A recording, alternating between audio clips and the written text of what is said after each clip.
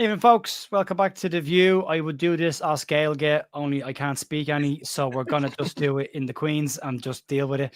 I'm delighted to be joined tonight on an all-Irish St. Patrick's Day stream by Dillo from Only Leeds Bros, Darren from the Only Leeds Bros, and Karl from the Orta No Better podcast. And no better men to, or bucles, no better bucles to talk to about Leeds United. We saw a cracking quote today of saying, as it is Irish, here is our national greeting to everybody. Anvil Cadagun. Dulgadi on Lehrus, Moshe de Hully. And if you're Irish, you know that means, can I go to the toilet, please? But it's the only line that we can all say in Irish because we were mates say it in school. But I'm delighted to be joined by the lads. We'll check in with them first. And then we're going to get stuck into just talking about Irish lads that played for Leeds and our histories as fans of Leeds United and the connection between Leeds and Ireland. And we'll start off with Dillo. Dillo, welcome to the show. How are you, mate? Oh, good, Jer. Thanks very much for having us on. So having Darren buzzing for this one. Yeah, oh good. Yeah, really looking forward to this. Had a nice, easy day. Didn't go too mad. Back in work tomorrow, so didn't want to wreck myself for going into work tomorrow. So yeah, all good. Other than that, Good. Good to have you on, Dillo. Darren, how are you, mate? Your next door neighbour. Yeah, morning, neighbour. I'm good. Can I have my football back? No. Comes over the wall and stays here. It's actually my football. In the back of me. Yeah, about 20 yards away. Yeah. No, yeah. That's mad. I couldn't kick it up. Good, Jerry. Yeah, busy day. Was up early this morning. Little lad's birthday today, so happy birthday to little lad Sammy's for today. And then just brought him off down to the parade. Had a great day. Just stood there, was mouth open for a half an hour, just going, look at that car. So we absolutely loved it. Look at the truck with the balloon on it. Look at the truck with the balloon. Just loved it. Absolutely. And anyone that went by with like a tin whistle or a drum or anything, he was just like, look at the soldiers. I was like, yeah, okay, they're the soldiers. But no, really good day. Good laugh, yeah. Cool. Yeah, I would say if Ireland ever gets invaded, we'd have to fight ourselves off with rocks and sarcasm because that's about the extent of the army. So, yeah. Hello to Darren's missus in the chat as well. Amy, how are you? Just thought I'd try it up just to make Darren feel a bit uncomfortable. Karl, how are you? I'm doing all right, Jar. How are you getting on, man? Good, man. I'm good. Thanks for asking. How's Paddy's Day across the water? Different. I put it in the group earlier that I witnessed a murder last night of a pint of Guinness, and I'll put it up on my page afterwards on X, and you can have a look. But it's a murder of a pint. So apart from that, I worked today. What?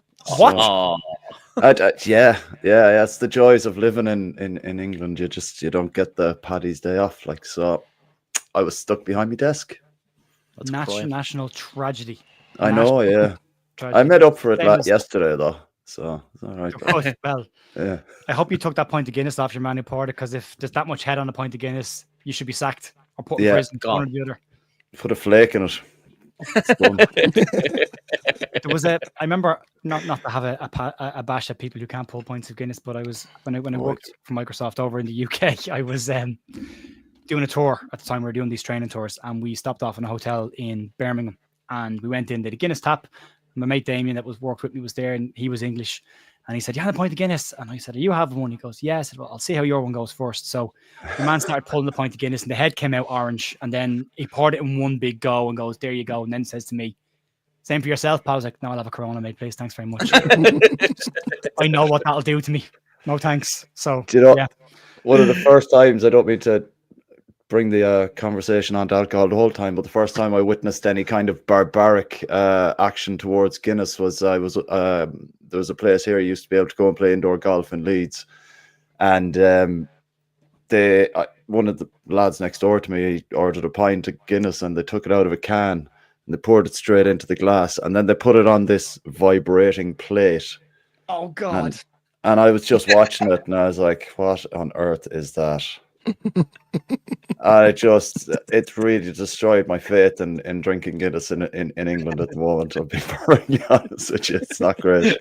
You had to be trained over here to pour a pint of Guinness by Guinness, or you weren't allowed to pour a pint of Guinness behind the bar. Yeah, it was that. So. I worked in a bar when I was young for a while, and I remember wanting to get behind the bar, and I pulled all the other pints, I mixed all the other drinks, and I was like, you can't come behind the bar until the Guinness lads have been in to train you. I was like, but I've trained on everything else. And I'm like, yeah, but we sell 80% of what we sell is Guinness, so like you've got to be good at that. And I was like, this can't be that difficult. Then the Guinness lads came in, they're like, no, this much and then this much, and you've got to get it right, and you've got to leave it for this amount of time and keep an eye on this. And I'm like, Jesus Christ. And then you go across the water and you see them pulling pints of Guinness like this. I'm like, stop. Murder. Anyway, so we're not here to talk about Guinness, although we probably will. Under 21s are 1-0 down, getting battered, but they are in a semi-final of a cup, so we'll give them that. Yeah. Guinness Nitro Surge, that's what it was, Smarty. Yeah, Yeah. not a worthwhile investment. The new thing is a worthwhile investment. The little thing you clip onto the top of the can. Yeah. That's a worthwhile investment. That's the surge. That's the The thing surge. Smarty was on about, the thing with the fob on the top. Yeah. Yeah. Yeah. That's the surge. Yeah. This is an interesting point. Mickey, you're not wrong, but you're not right. The second largest, how do you call it, distillery, I suppose, of Guinness is in Nigeria. Is it not Cameroon? That's one of those two countries. It's probably in. There's more than a couple in Africa. Actually, if you check it out, there's a couple of the big boys are in Africa, and then you've Ireland, and then you've that. So, yeah, he's not wrong. Vibrating Guinness to the Seldos and Ann Summers. There you go. Yeah, going down the rabbit hole. Right. We wanted to start this off. We're going to talk about the history of Irish players at Leeds. And if we start to talk too quickly, please let me know in the chat, because Irish amongst Irish people will take off in a different language completely. So if it gets too quick, just let us know and we'll dial it back down a bit. But yeah, we wanted to talk about the Irish Leeds lads, but we also wanted to talk about the four of us that are here and how we got into Leeds. So Dillo, when did you start supporting Leeds? And when did you fall back in love with Leeds? Because I think we've all gone through that part with Leeds. So yeah, we myself and Darren used to live out in Blanchardstown, and we shared a room and didn't really have a choice of what went on the wall and what colour scheme it had to be. You know, as a young lad, 5 or 6, whatever it was. My dad was one of them armed supporters of Scum, and look, I'll be honest with you, he put me in a United jersey. Darren put a stop to that straight away. So. Just being around Darren mostly, going out playing football with him, seeing posters of Gary Kelly, Ian Hart, Alan Smith, the list goes on, and it was more, I didn't really have a choice, if I'm being honest with you. What was on the telly, we used to share a telly, so 9 times out of 10 it was the old VCR videos of Leeds United days, so I hadn't really got a choice. But learning about the history of Leeds, the Don Revie team, etc., was very later in life. But before that, as I said, I kind of grew up with the era for me was Beckford, Becchio. That was when I was young. You could say I was still am, but I don't feel it anyway. But so it was mostly Darren, believe it or not. And then he brought me to my first Leeds game. I think I was 7, and I fell in love with it there and then, and kind of just got slated from my friends for years. And as I said in previous videos, when I went out to play football, they were, your Rooney, your Ronaldo, Messi. I was Becchio or Beckford. I think at one stage I was Sam Byram as well. So, I had a Sam Byram shirt when he joined Leeds first, when he came through the Leeds ranks first, and I had a Sam Byram shirt when he came back as well. So yeah, that's okay. Yeah, I'm surprised you didn't have somebody else stuck on there's some dodgy choices over the years, but we'll get to the list of names in a few minutes, because I'm guaranteeing you now you forgot about some of these. And they will bring back not necessarily good memories, but yeah. Dillo, Darren, sorry mate, you've obviously had a big impact on Dillo not being a Scum fan, so congratulations on that and thanks for that. But was it inflicted on you as well, or did you voluntarily decide to go down this vocation? It was my dad. So myself and Dylan have different dads, and my dad was Leeds, and he was Leeds like that from back, probably like yourself as well, Jerry. It comes from your dad, doesn't it? Does, yeah. And he just point blank refused. He said, if you're going to play football and you're going to support a team and I'm going to buy you any sort of jersey, it's going to be Leeds. And that was it. I was Leeds then from there. My earliest memory of Leeds probably was the 3-3 draw with Lazio in the Champions League. It was early 2001. I remember watching on ITV, and I remember it was actually the hoardings around the stadium which kind of attracted my attention. The old MasterCard, Amstel, PlayStation 2, and just the whole feel around Champions League. That's kind of what I think grabbed me. And then it was late on in that year, late 2001, my dad brought me to Talca Park, and Leeds beat Dublin City team 6-1. Yeah. And Robbie Keane scored 4 goals that day. Yeah, I was there. And I fell in love with it. It was this team wearing an all-white kit, and it was the most whitest of white I've ever seen in my life. Just, when you remember as a kid, the burger van, the smell of the grass, and I fell in love with them. When I went home then that day, I knew it was Leeds, and that was it. And you're going into school, and you'd be delighted Liverpool fans, we don't support Leeds, but I didn't care. I loved being different. I loved being, no one else in my year, in my class was Leeds, but I was, and I was different. And yeah, it just took off from there. Yeah, it's definitely something that gets passed on to you over here. And we're all of a certain age group, and it's all of our dads as well. It's either the Don Reevy dads or it's the David O'Leary dads. But either way, Yeah. it got passed on by the two relatively successful eras, O'Leary specifically. But yeah, it's interesting. But yeah, to say I was at that game, that's 6-0. I was there. I went to all those games. I'll give you the detail in a sec. But yeah, Karl, what about you? You've ended up across the water over there. Explain to me the journey to Leeds and your background on Leeds. Like yourselves, it was basically my dad. There was connection there. Would have been my dad's father would have moved over from Italy, and then there would have been families that moved over to England and just kept. Who's paid? Did someone ask who's paid my internet bill? Is it? Yeah, really. Yeah, I'm robbing it off the neighbours. So yeah, my dad used to go over and back quite regularly in the late 60s and 70s and just do it that way. So it was just basically we had a place to go where all we had to do was drive on the ferry. So we stayed in Wakefield and a couple of family members here as well, you know. So yeah, it was just a case of that. Like it was hard growing up in Mayo in Castlebar. Like it was just me, one of my best mates, my dad and a couple of others, and it was a dime a dozen. Like it was just me and my brother watching the FA Cup game against Scum in a pub. They tried putting all the Celtic game on about 15 televisions, and I was like, turn off that crap and put on that, please. And we were the only two Leeds fans in the pub, and we absolutely lost our minds. Ran outside, and there was the Man United fans outside Rockies, and the two of us just roaring abuse across the street at them and everything. It was class. Got in the car and put on Marching On Together really loud and drove around the town with the windows down. Then it was brilliant. If you know Castlebar, it's only a small town. You do a lap of Castlebar in 5 minutes. Yeah, I worked there for a very short time. Yeah, it's if you don't know, because people are asking about the dialects and the accents, they're already starting to hear the differences. For a very small country, Ireland has the most diverse accents within half an hour of each other. So, Castlebar is a small town on the far west side of Ireland, out towards next stop New York. Dillo and Darren, Dublin accents. They're not in Dublin now, but very much Dublin accents. I was born in Cork, raised in Dublin, and I've lived in Meath in Ireland for the last 20 years. So my accent's kind of gone a bit nuts over the years. When I'm angry, I sound like I'm from Cork, and when I'm not, I sound like I'm a Dub. It depends on the day. But yeah, that's where they come from. But yeah, just the accents vary. They do vary. So yeah, we'll hope you all keep up with us tonight. We'll try not to get too Irish on you too early. It'll happen, but we'll try not back a bit. Mayo, been mentioned. Mayo for Sam. Yep, always. Mayo for Sam. Always. Mayo for Sambos. The Man United game was interesting. The FA Cup game, the Jermaine Beckford day specifically. I was living in Navan at the time, and I went down to the local pub to watch the game, and I was the only Leeds fan, and it was full of United fans, Man United fans.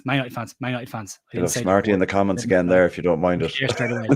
Yeah, Manchester United. It's a problem over here because everyone refers to them as that over here. But anyway, Manchester United game, and full of their fans. And I sat in the back, and I didn't say a word for the entire game. When we scored, I was like, and just bit as hard as I could not make a reaction. I had a jacket on over my Leeds shirt, and I was just sitting in the corner trying to keep my head down. And as soon as that game finished, the jacket came off, and I stormed out of the pub like this, walking out the door. I was delighted, but ran as fast as I could before they came after me. But yeah, my background was my dad as well. Dad was a fanatic Leeds fan, and used to listen to the games on the radio over here. That's how he got them at the time. He'd listen to the Leeds team on the radio. And then when I came along, myself and my brother were given a choice of teams, and my brother picked Aston Villa because all the Irish lads that were playing Aston Villa, Arsenal, were very successful. And I was like, Arsenal. And my dad was like, Leeds.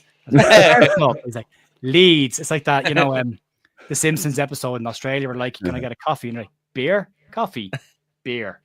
So it was the same as like, there's no way around this. For my communion, he bought me a Leeds jersey, so that was the end of it. It was like, if I want to get any kind of merch, it's gonna have to be Leeds. So it became Leeds, and like Dillo said, it's got abused for 30 years. Like, so, you know, it's it's a vocation being a Leeds fan over here, but it's never dull, it's never boring. But there's been a huge connection between Leeds United and Ireland for a very long time, probably going through our most sparse time without Irish players in that Leeds team right now, although there are a couple in the underage setup, which, by the way, tomorrow night Jerry McDermott's joining us on the show for a live stream to look at the academy. So we'll get some conversation around him, around the Irish lads to keep an eye out. But it's guess who time. We're going to play a game. So there's 4 pictures. Which streamer is which picture? 1, 2, 3, and 4. I'll let you guess. You can have a little crack in the comments if you want. There's a couple of comments coming in. John Giles walks on water. We'll get to John in a second. Sorry, Darren, I'm covering your face for 2 seconds. You're all right. You're all right. Loads of stuff there. Some good stuff. So yeah, just wave over the top of it. Yeah. We'll start off. Dillo, right? Yeah, Dillo number 1. When was that taken, Dillo? I think that was 2010 or 2009, if I'm not mistaken. Right. Been around there. Darren's actually beside me in that photo. I was very excited to see Lucas, as you could see. The arm was around me, so I got to go see Lucas, and that was in the Jack Charlton stand. And that was at the time the lowest I ever was, so close to the pitch. So yeah, as you can see by my face, I'm very happy. You look ecstatic. Like, I was actually quite scared of Lucas, to be honest with you. Even though I'm probably you look like you're having trouble containing yourself there, all right. Yeah, I know. What's that left-hander? I don't know. I haven't a clue at all. I think my anxiety was through the roof. Copcat, yeah. Whatever happened to Ellie the elephant? She just got binned off completely. And God, out of nowhere. Yeah, search for and find her.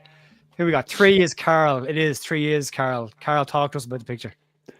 That's after coming back from the first game that I ever went to in '87. I think it was November '87, and I can't for the life of me remember who the hell it was. But yeah, so that was just literally getting back, and that was at home.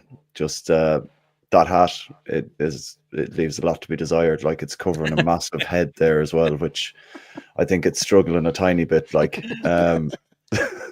but yeah, no, I still have that scarf at home in my attic, so it's staying there. You grew into it, Karl. Your head, not the hat. But right. God for that. You know. We're all in that bracket there. There's a bit of debate here now. So 2 is Jer or 4 is Jer? 2 is me. So that's my sister and my 2 cousins, who are now big grown men with beards. Taken a very long time ago. The shirt will date you, and the head of hair will very much date me. Long ago that was. But yeah, not today or yesterday, but that was. I think I had Hasselbank on the back of that. I think I burnt it when he left, possibly. Oh, jeez. I was so angry when he left. Sour grapes. Oh, absolutely, completely bitter. But it's now every time Jimmy tries to rewrite his history, I get really annoyed about it because I remember what it did to me when I was a kid. So yeah, sorry, Jim. No, you're not getting it. 4 is actually Darren. Darren, talk to us about your one. Classic shirt, by the way. Yeah, so the old Packer Barrel short. So that was the first ever Leeds short me dad bought me, and there was a neighbour of mine next door. He's actually dead now. Dylan know him very well. Packer, Lord rest him. He used to do print and design, and he had a printer in his house. So he printed Smith 39 on the back of it, because it was when Smith was in his debut season for Leeds. And as you can see by the haircut, similar trim to Alan Smith as well. Idolised him. A little bit like what happened with Hasselbank with you, then left a bit of a scar on the heart when Smith did move on. But that was in the playground, standing at the top of the ship, thinking it was all that. Cracking instead of him born in the shirt, Jer, he just bet me up instead. I mean, you have to have an outlet, Dillo, don't you?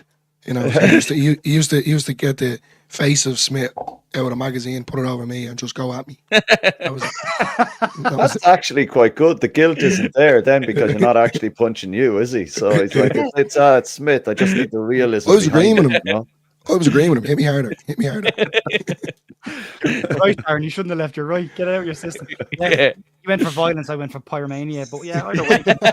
Didn't we?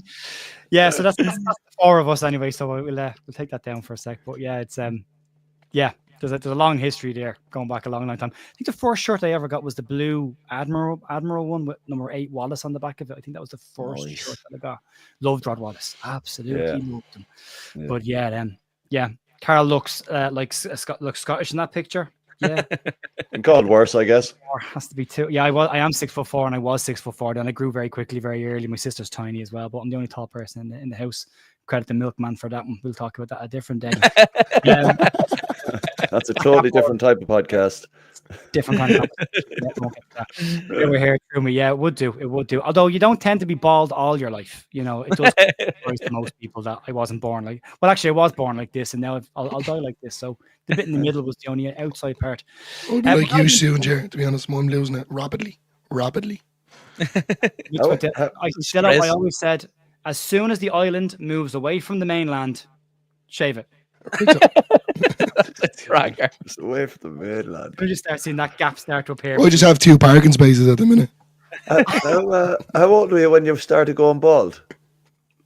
Me? Oh, Yeah. there was a race with me when I was young. It was Jer's gonna either go fully grey or bald by the time he was 25. And like I was in denial till 29 or 30 that I was going bald. But I look back at pictures now and go, Jesus Christ, you could see my scalp like, and I was pushing the hair and I did spiky up fringe, so it was going all different directions. But I was getting my hair cut one day and I could just see the gap. And as your man was cutting the hair, I was like, just take it off. Just get rid of it. So Really? been bald probably 12 years, but I still have hair. Like it's just not an awful lot of it, so I shave it. My nephew's fascinated by it. Jess's nephew is fascinated by it. He calls me Jer with no hair, and he just can't understand how there's a bit of stubble here, but it looks bald. And then he starts doing this, and it's like, where's the hair? Why is there no hair? I can feel hair. I'm like, don't worry about it. You'll figure it out when you're older. Because chances are, I looked at your dad. Happens to us all. Look at your dad. So I won't scare him too early, but yeah. Leeds 70 shirt with a smiley number 4 and socks. Yeah, sock tags were classic. I wish they'd bring them back. Yeah, they would would bring them back. Mustard. Yeah. That's yeah. I used to always say if I didn't look like my dad, there'd be serious questions asked. You know, I'm at least a foot taller than my brother and my dad. So yeah, he worked hard on you, good man. Yeah. Yeah. All right. So that's. I want to talk about one thing, Dillo. Your first player that you fell in love with, like Irish player at Leeds. Who was your favorite Irish player that played for Leeds? I'm gonna have to say Gary Kelly. Yeah. To be fair, I think just as I said when Darren introduced me, knew straight away. Then obviously there was a lot of Irish connections, and then as well as that, just growing up, idolising him, and then hearing how much, obviously we'll get into it, how much he played for Leeds.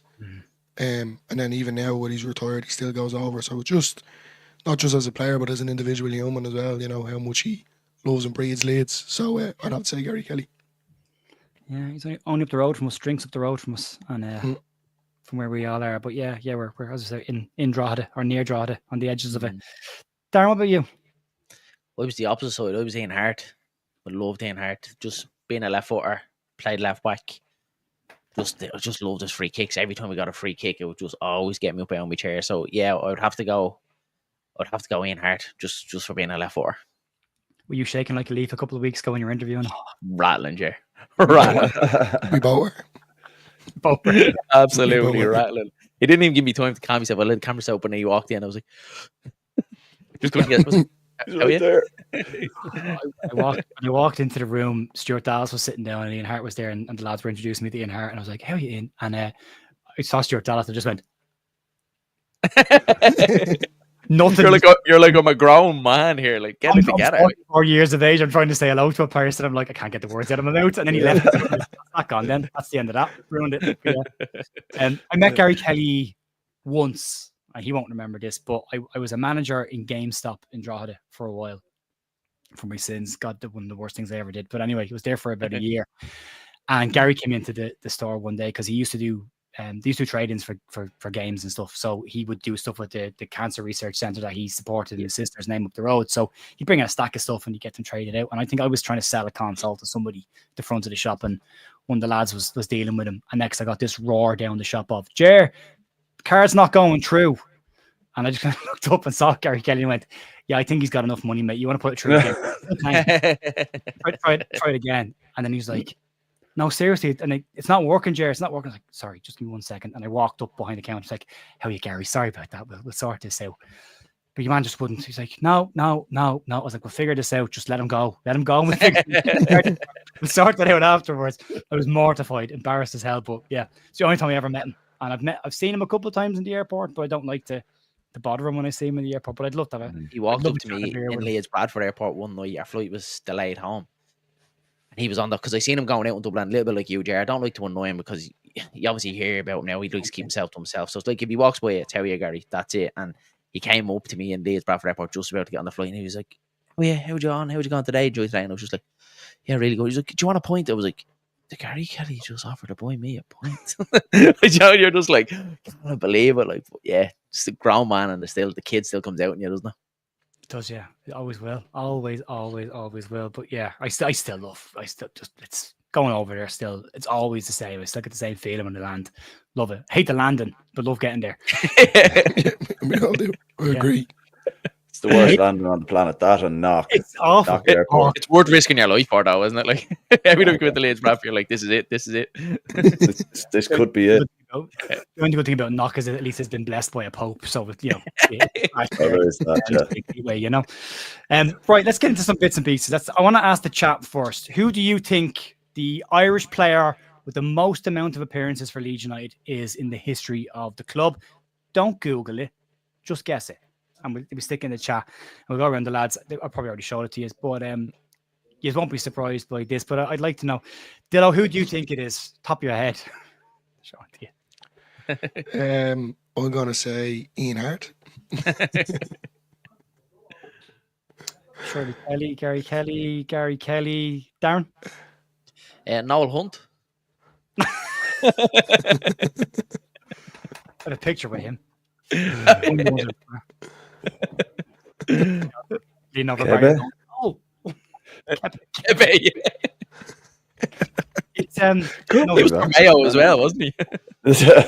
Well, I tell you what, Cesc Fabregas used to come to Castlebar to learn his English the whole time during the summer. Did he? Really? Yeah. Of all the That was the places- same with Alonso as well, Xavi Alonso as well, wasn't it? Yeah. Javi went to school here. Javi Yeah. Went to school here. Summer school here for a couple of years, yeah. Jerry, Yeah, if I'm so- not mistaken, I think someone in my job told me this. I'm sorry for going off topic here. Does Xavi Alonso have a junior All-Ireland medal? I don't think so. Right. Someone told me that. I don't know if they're just winding me up. Remember, there's a picture of him kicking a GA ball, isn't there? Isn't Yeah. there, Yeah. isn't there Is, yeah. something somewhere? And I think it kind of, the Irish are just snowballed. He's Just Irish, snowballed it. Yeah. Clearly. Minutes in Dublin Airport, he's Irish. Yeah. Spain, yeah. Can we grab him now? We should have grabbed him then. Yeah. Gary Kelly, 531 appearances for Leeds. Only 15 of them as a sub, though, in his entire career at the club. 4 goals, and I think we can all remember all of them. I think he scored against, was it Preston or Wigan he scored against where he did the volley? And I remember Wigan. One against Wigan. Wigan, yeah. He was Yeah. winding up to hit it, and I was screaming at the TV, "Don't do it, Gary, don't do it." On him, lost points. But yeah, the next question for everyone's going to be, who has the most goals for Leeds as an Irish player? So you can think about that for a second. But any of you surprised at seeing that amount of appearances for Gary, and especially the subs number, which surprised me? Well, like the bad thing is those 15 sub appearances probably only came because he broke through into the first team in the 91-92 season, didn't he? So I'd say majority of those 15 subs came potentially in that season and maybe the one afterwards. And everything else then, sure, 531 appearances is absolutely insane. That's insane numbers, like.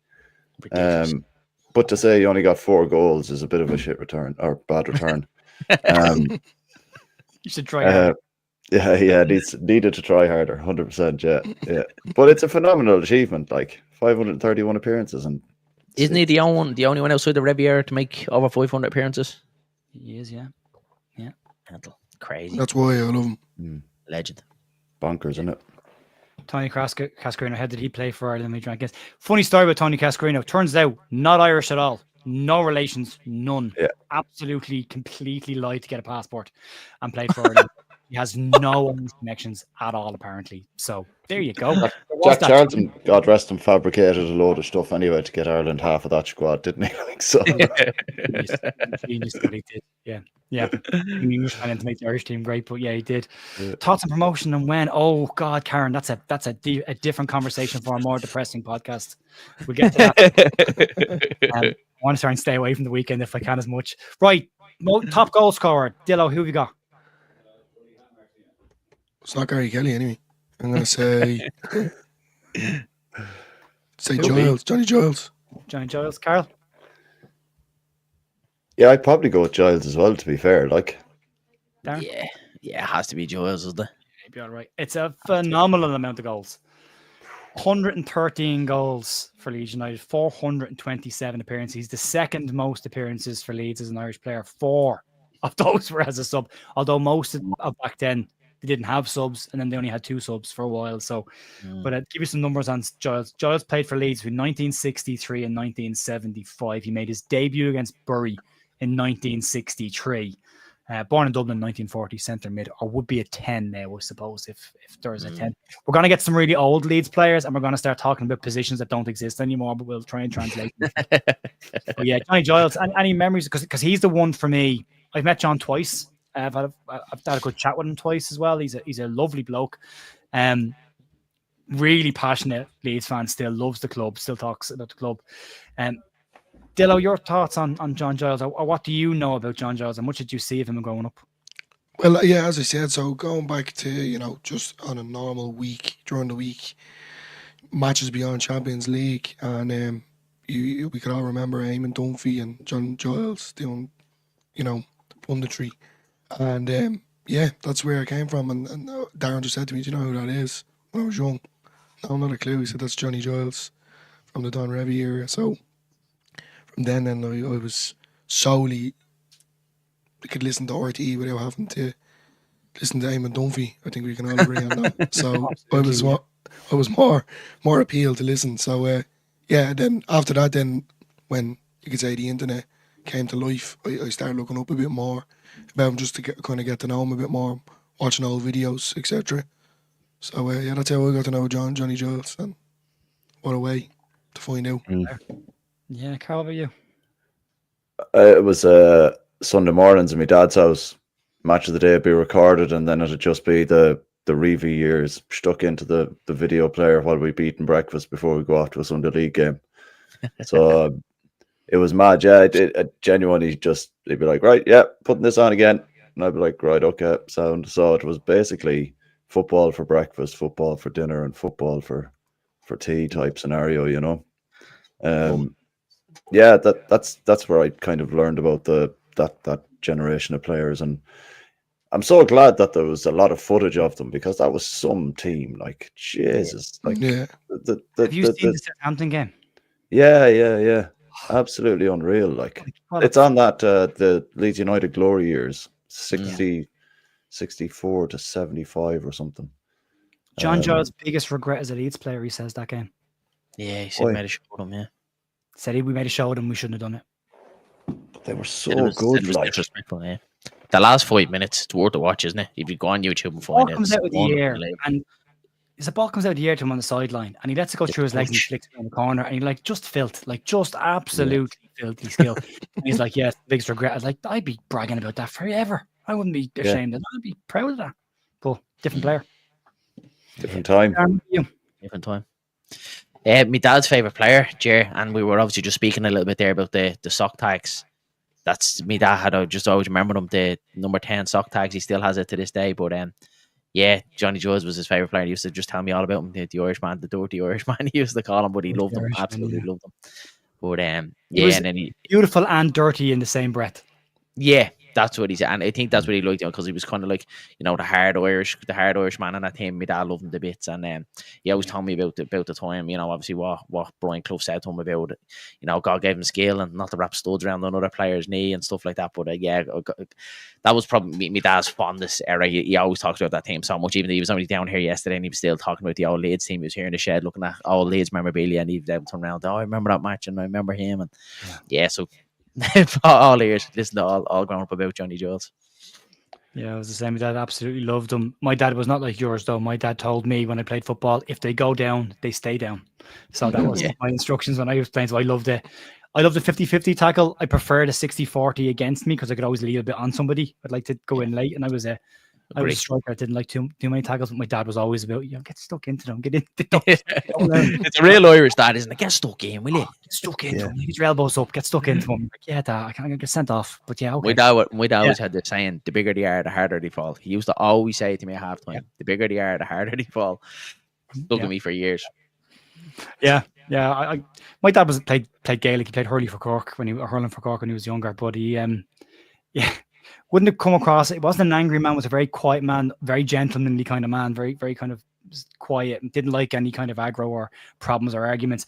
But geez, when it came to sport, it was put the boot in, lads, and leave it in. And studs and all the whole lot. But yeah, They're the ones you need to always watch out for.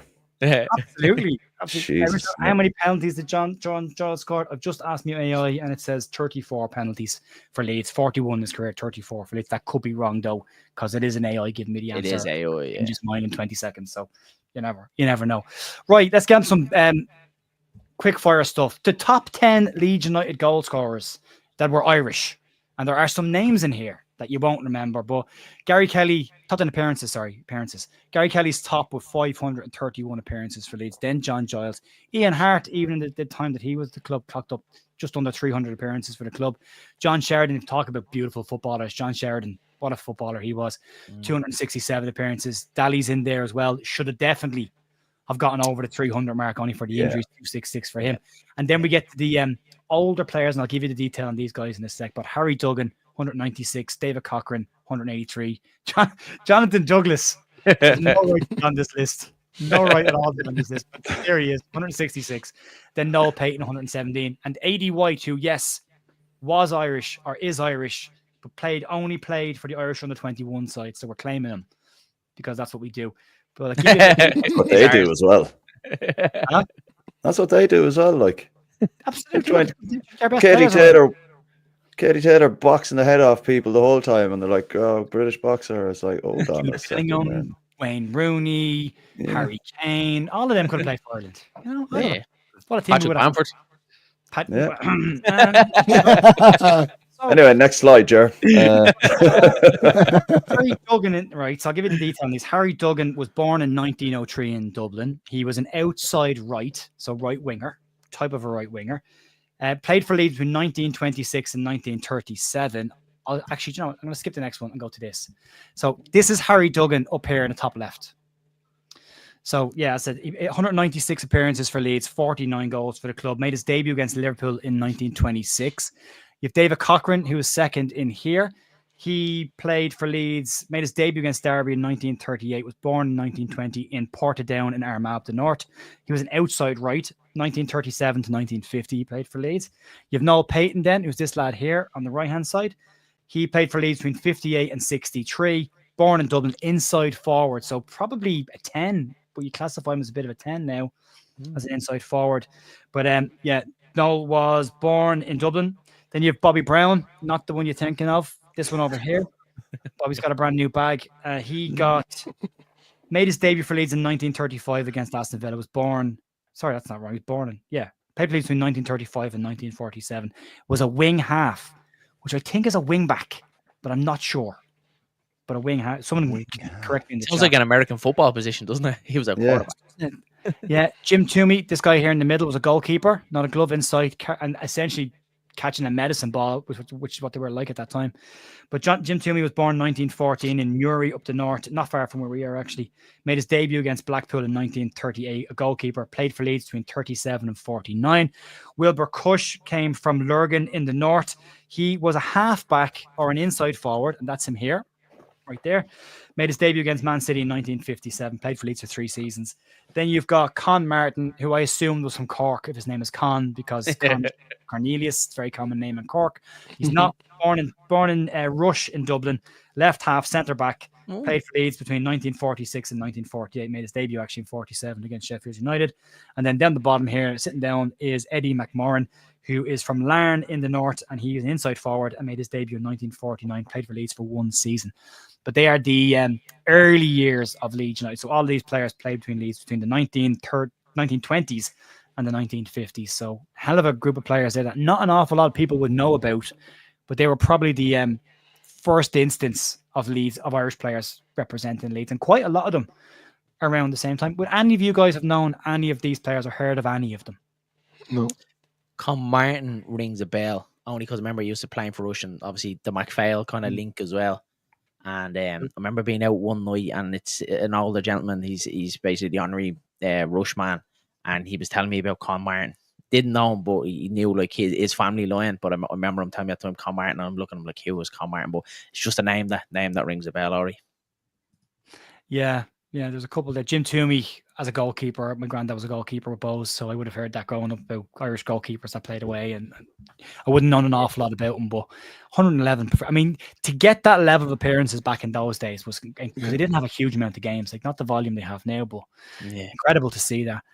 Right, let's go to goal scorers before we wrap it up. We'll come into this. These are the top 10 Leeds United goal scorers of all time. John Giles, 113 goals for Leeds, which is nuts. John Sheridan is there as well, 52. Harry Duggan, 49. Ian Hart, which is nuts. He fourth all-time goal scoring for Leeds. Who was Irish, 39 goals. Then you've got David Cochran again from that era, 32 goals to him. David Healy during the not so good years of Leeds United, and always scored more for the Northern Irish national team than he did for Leeds. Yeah. But there's only 2 strikers on that list, and the rest are midfielders and defenders. And again, what is Douglas hanging around here? Like, this did no right. Bad smell.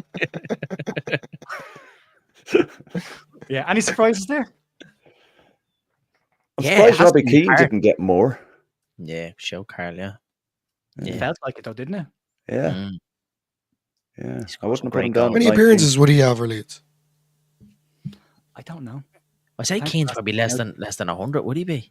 Yeah, it has to be. I'd say so. Yeah, I'd say it's less than 100. We had him on loan for 1 season, then bought him, and then he stayed for another half a season. So he's 2.5 seasons, I think, wasn't it? Has to be less than 100, I'd imagine. He was injured for quite a bit of the loan spell initially, wasn't he? Yeah. So that could have put the kibosh on it a bit. Yeah. And then he was battling with Viduka and Smith for a place up top. So not the easiest 2 people to be battling for places against. No. Well, you've Robbie Fowler in there as well at one point. Yeah. Viduka, Fowler, Smith, and you'd Kuehl knocking about as well, who could play and that could play up there if they needed. They had a good few strikers at that time, and that was the criticism of Leary, wasn't it, at the time of like Leeds went bankrupt. We'd 4 top class Premier League strikers and needed 2. Let's pay 20 odd million for Robbie Fowler. Feck it. Break the bank. Yeah. There you go. 56 appearances apparently. All right. Thank you very much. I guess that's a good enough goal return for 56. Yeah, that's not bad, is it? Bad. Yeah, St. Patrick died in 461. Trust the Irish to have a wake that lasts this long. Cheers, Dave. They know how to do it properly. You know us. Is there anything to be said for another mass? That's all I'm saying. Yeah, so interesting stuff. Yeah, there's just quite a lot. Actually, before I wrap up, I'll give you a look at the actual Excel that Andrew Stats Dalton did a hell of a lot of work on this for me and sent it over. So this is every Irish player that played for Leeds, and it's interesting. It's in an Excel. The appearances are first, the sub appearances are second, the total is third, and then the goals is in the fourth column. And then whether they're Republic of Ireland or Northern Irish is there, but I wanted to include all Irish players, north and south of the board, in this as well. So, there's a couple of Alex Bruce, Jesus, Aidan O'Brien, Andy O'Brien, who every time Ireland or Leeds conceded a goal, always seemed to be facing the wrong direction. Yeah, Jim Beglin in there as well. 19 Beglin as well, yeah. Jim Beglin, good footballer. Does he have to talk about football though? No, Paddy Kenny on there. No, Hunt. We're not claiming him, are we? I think we did, yeah.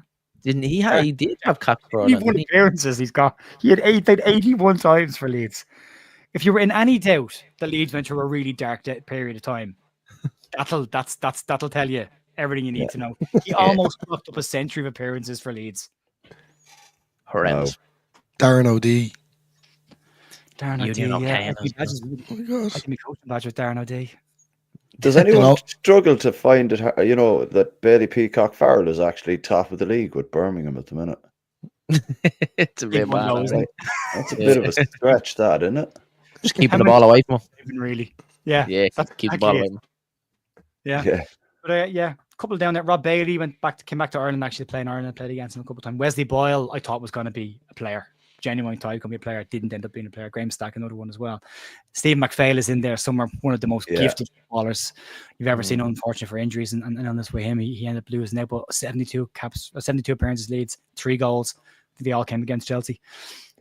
Yeah. Yeah. His His debut assist for Hasselbank popped up there on Seeing it, X Karl, there, yeah. the one against Derby County, where he just pinged it, and it was like you said, if only for injuries, he'd have been absolutely fantastic. I asked Ian Hart about him, and he said if Stephen McPhail hadn't have had the injury, he said best footballer he ever played with. He said couldn't get the ball off him. Yeah, that was the general consensus around that time, that he was going to be absolutely world class. Yeah. And it seemed to just fizzle out for him, unfortunately. Injuries, mate. Injuries ruined his career. Injuries, Unfortunately, yeah. He came back and didn't just tried to make a start of in Ireland, and again just caught up with him again. It was a real shame, but yeah, real sad that he didn't get the time that he probably deserves in the professional game. But yeah, there's a ton of really good players there. Alan Mabry was another one I thought would do really well. Injuries with him as well. Curtailed Hearts for a bit and didn't really work from up there either. But yeah, there's some fantastic players. There's a lineage of Irish players at Leeds, but there's obviously been quite a large barren spell, lads, which is a shame. But there's Keane Coleman's the only one there at the moment, and he's probably likely to leave the club at the end of the season, which is a shame. So we'll have to wait a while for I note none of you made that list. No appearances for Leeds just yet. Not yet. Yeah. I've made many when I've been asleep and I've had dreams. I've made many appearances for Leeds and scored many world-class goals, and yeah, that's about as close as it's gotten. Oh no, actually, I got told off for taking a penalty on Ellen Road one time when I was with the ladies. They were like, "Don't do that. You've got the warm-up goal over there." I was like, "Oh, I'm still a big child. I don't care if I'm coaching them. I'm a child. You let me out on here and I'm doing that. I don't care." When the one that got away. I actually only realised the other day it's Terry Phelan's birthday year today or yesterday. He played for Ireland, and I didn't actually realise it. He played for Leeds as well. He's probably on that list there somewhere. He is, yeah. There he is. There. 17 appearances. There he is. There, Terry. Actually, you can't see it. I'm looking at it on my own screen here. Don't worry about that. But yeah, there, yeah. Yeah. Oh yeah, inclusive or what? Yeah, you can see. But yeah, 17 appearances for Leeds, 19 in total, 2 sub appearances. Terry Phelan was the fastest fullback I think I've ever seen, and he used to run with his arms out like that. And I used to always say, if you could stick 2 paddles to his arms, he'd take off. He was running that fast. Loved him. He was quick, wasn't he? Yeah. Nigel Worthington was a crack. I really liked Nigel Worthington when he played for Leeds as well. Good player. I was delighted when we got him off Norwich that time when we signed him from them, and the season we signed him, we relegated them that season then as well. So make of that what you will. Was he in the team with Conor Hallett and Alfie Haaland, and then Molinar came into that team? Was he in around that time, or was he a bit earlier than that?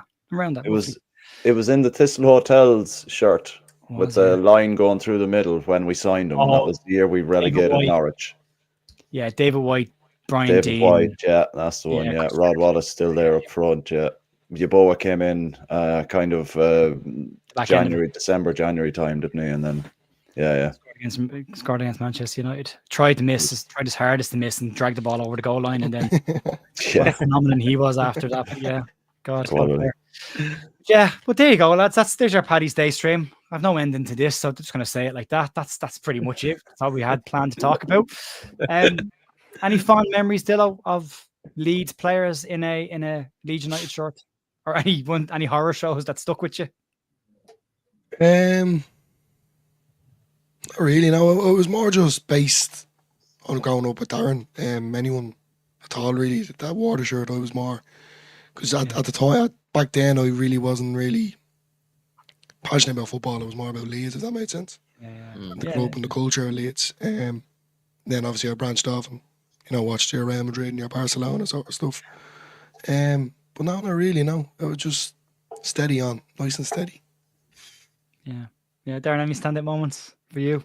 I've won, but one standout. I think the one we already kind of mentioned is the Kelly one. The Kelly one against Wigan. I love that one. Really, really did. I love that goal as well.